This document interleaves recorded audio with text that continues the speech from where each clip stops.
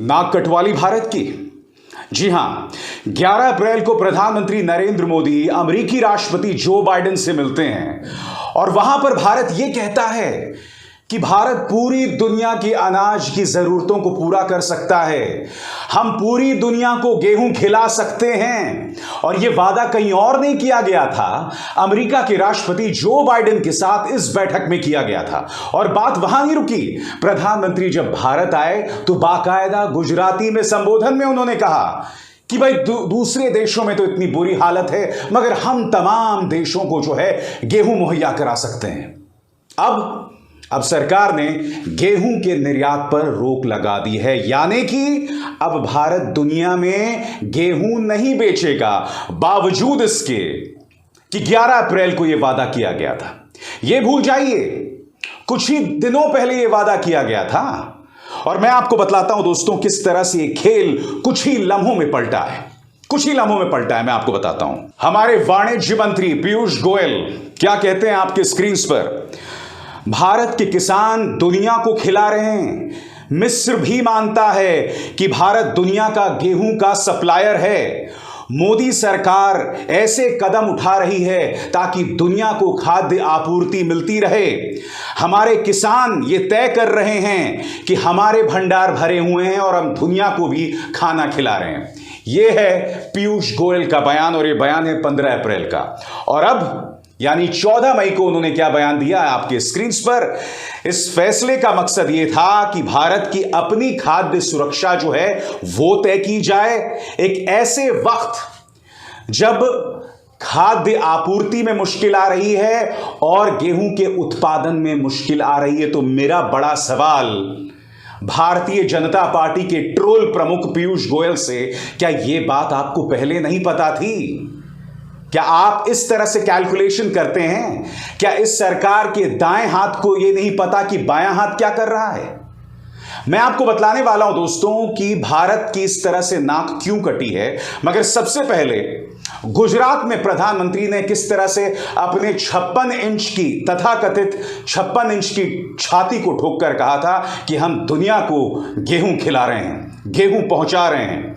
दोस्तों, अब बाकायदा फैक्ट्स के जरिए, तथ्यों के जरिए मैं आपको बतलाने वाला हूं एक एक करके आपके स्क्रीन पर, मेरे पीछे स्क्रीन पर, कि भारत से क्या गलती हुई होगी। सबसे पहले भारत को यह लगा होगा कि करीब 111 मिलियन मीट्रिक टन का उत्पादन, गेहूं का उत्पादन हम कर पाएंगे। मगर हुआ कुछ और।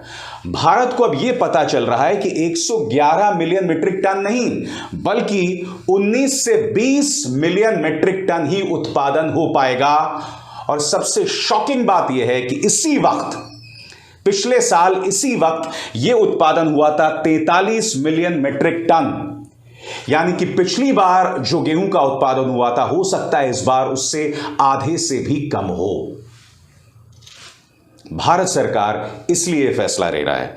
और यह पहली बार नहीं है। आपको याद होगा जब कोरोना की दूसरी लहर आई थी, जब देश में हाहाकार मचा हुआ था, उससे पहले भारत ने वादा किया था कि भूटान, श्रीलंका को हम वैक्सीन मुहैया कराएंगे। मगर उस वक्त हमने वैक्सीन मुहैया कराने पर रोक लगा दी थी। आप कह सकते हैं कि भारत अपनी जरूरतें पूरी करेगा, बिल्कुल करेगा, मगर इससे भारत को की साख को नुकसान पहुंच रहा है। और आप ये मुझसे सवाल पूछना चाहेंगे कि ऐसा हो क्यों रहा है?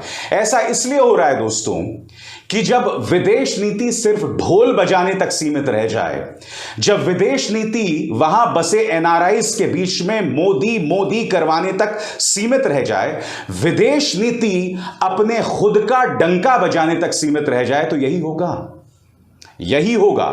और मैं आपको बताता हूं, भारत ने जो गेहूं पर निर्यात पर रोक लगाई है, G7 देशों ने इस पर कड़ी आपत्ति दर्ज की है। यानी कि भारत की साख पर एक बहुत बड़ा सवाल यहां पर पैदा हो गया है, खड़ा हो गया है। और इसका जिम्मेदार सिर्फ और सिर्फ भाजपा सरकार की नीतियां हैं।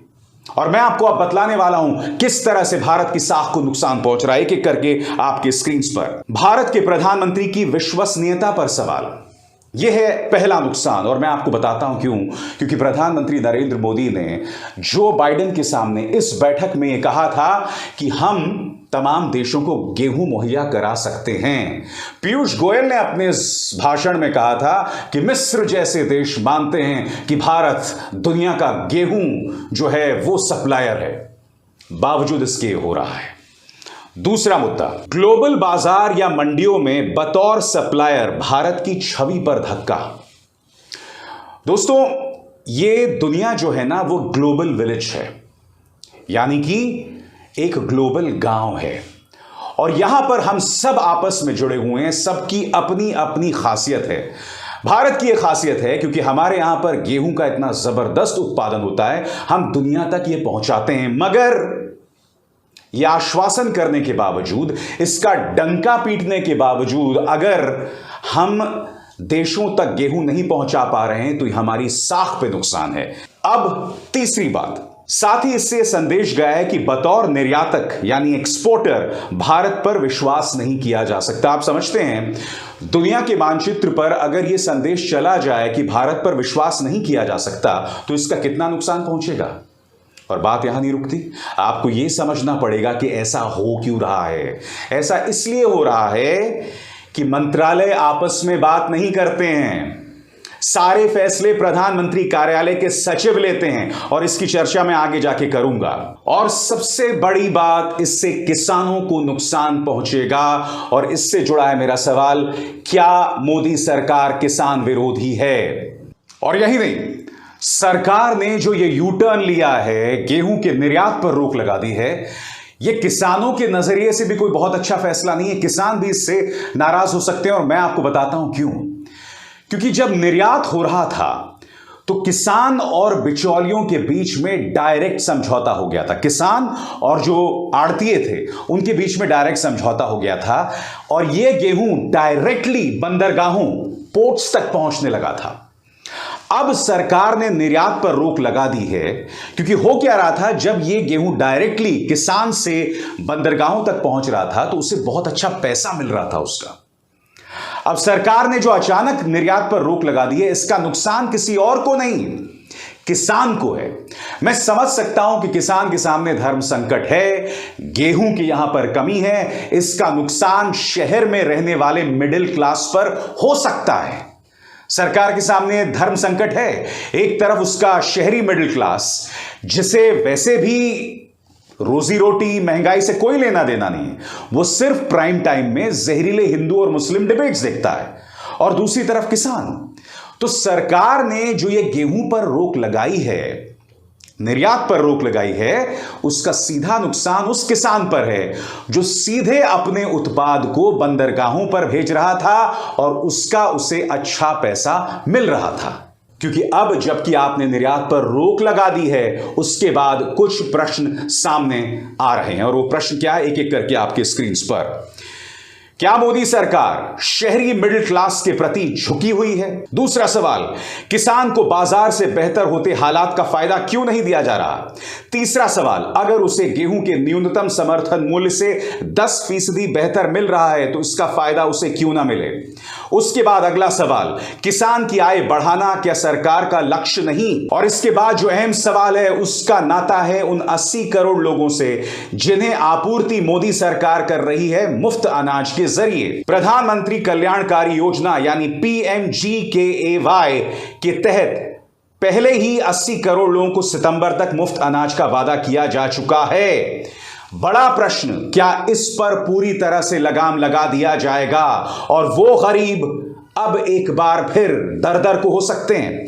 और आखिरी सवाल, शहरी मिडिल क्लास के प्रति ये जो झुकाव दिखाई दे रहा है, क्या इसका नुकसान किसान को है और क्या किसान इससे लगातार गरीब होता जाएगा? मैंने कुछ देर पहले आपको बताया था कि मंत्रालय आपस में बात ही नहीं करते और इसी से जुड़े हैं मेरे कुछ सवाल। सवाल नंबर 1, क्या वाणिज्य मंत्रालय खाद्य और आपूर्ति मंत्रालय से बात नहीं करता? क्योंकि अगर इनमें आपस में बात हो रही होती तो भारत को यह शर्मिंदगी नहीं झेलनी पड़ती कि आपने कुछ ही दिनों में इस कदर यू टर्न ले लिया।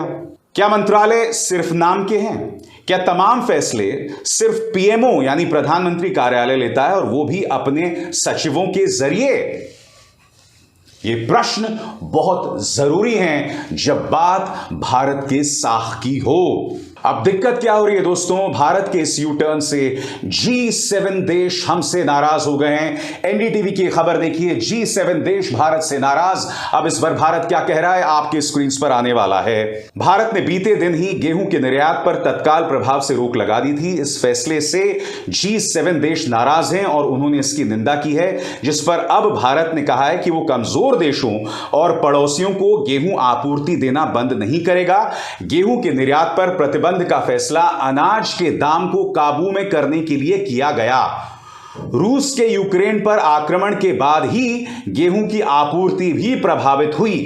केंद्रीय मंत्री हरदीप सिंह पुरी ने आज एक ट्वीट में कहा, देश का गेहूं का स्टॉक भरपूर मात्रा में है। तो हरदीप पुरी जी, अगर देश का गेहूं भरपूर मात्रा में है तो आपने सार्वजनिक तौर पर यह यू टर्न क्यों लिया, और अब आप ये क्यों कह रहे हैं कि हम कमजोर देशों को गेहूं पहुंचाते रहेंगे? जब आपने ये ऐलान किया तो इसका सीधा नुकसान भारत की साख पर पड़ा है। इसका सीधा नुकसान प्रधानमंत्री नरेंद्र मोदी की छवि पर पड़ा है, क्योंकि प्रधानमंत्री नरेंद्र मोदी ने अमेरिकी राष्ट्रपति के सामने खड़े होकर इस बात की आलोचना की थी। दिक्कत क्या है दोस्तों, इस सरकार की जवाबदेही नहीं है। मीडिया इसे जवाबदेही नहीं बनाता, लिहाजा इन्हें क्या लगता है कि हम जो मर्जी कर सकते हैं। मगर ये नहीं समझ रहे हैं कि आपका मीडिया बेशक नपुंसक हो, बेशक अधनंगा हो, मगर इंटरनेशनली हमारे कुछ कमिटमेंट्स होते हैं। अंतर्राष्ट्रीय तौर पर हमारी कुछ मजबूरियां, कुछ कटिबद्धताएं होती हैं और हम उनसे पीछे नहीं हट सकते। हम उनसे मोदी मोदी मोदी करके पीछे नहीं हट सकते। हम इस तरह का ड्रामा एनआरआईज के बीच में खड़े होकर हम इससे पीछे नहीं हट सकते। We will have to walk the talk. जो हमने वादा किया है उसे पूरा करना पड़ेगा, वरना देश की साख को इसी तरह से नुकसान पहुंचता रहेगा। अभिसार शर्मा को दीजिए इजाजत, नमस्कार। स्वतंत्र और आजाद पत्रकारिता का समर्थन कीजिए, सच में मेरा साथी बनिए। बहुत आसान है दोस्तों, इस ज्वाइन बटन को दबाइए और आपके सामने आएंगे ये 3 विकल्प, इनमें से एक चुनिए और सच के इस सफर में मेरा साथी बनिए।